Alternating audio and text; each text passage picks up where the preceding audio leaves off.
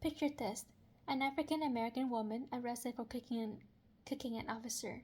She died in custody before her family could raise $500 bail bond for her release, while a wealthy heir charged with murder fled after he paid off a $2,500 bail.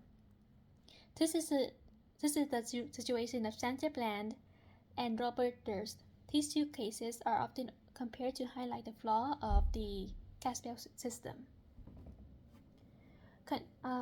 If you are someone who can't afford bail, you will be detained, which could lead to job loss, family separation, among other things. As part of the working class, I believe that the unfair bail system favored the wealthy and target the poor and working class. Cash bail system represents social inequality issues in the justice system that should be eliminated nationwide to protect American equity.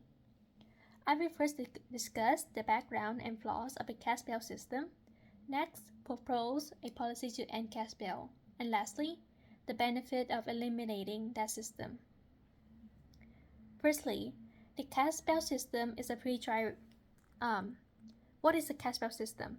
The cash bail system is a pre-trial release, where an arrested individual can leave imprisonment by paying a bail or a bond, but must return for later court trial. Bail is the money set by the court, while bond is the financial agreement with a third party to pay for the bail. It's like a loan. Bond is typically for a higher bail fee. According to an article by ACLU Ohio in 2017, the initial concept of bail system was focused on monetary compensation to the victim family.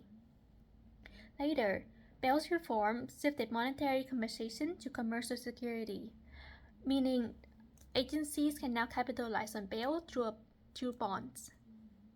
Accused individuals can bail through a bond or self-pay if they can afford it.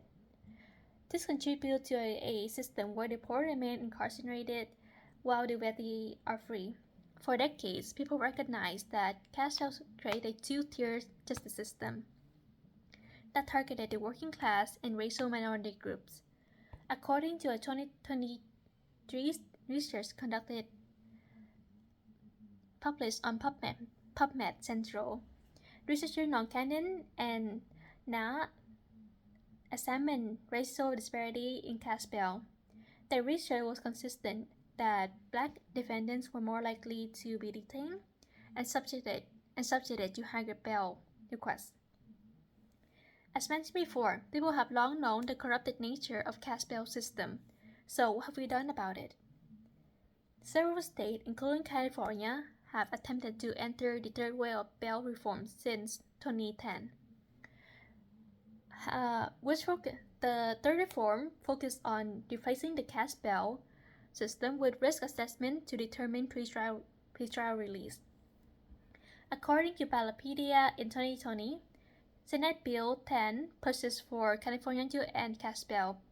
However, the majority of Californians were critics that believed the risk assessment could lead to further racial bias, effectively halting the elimination. However,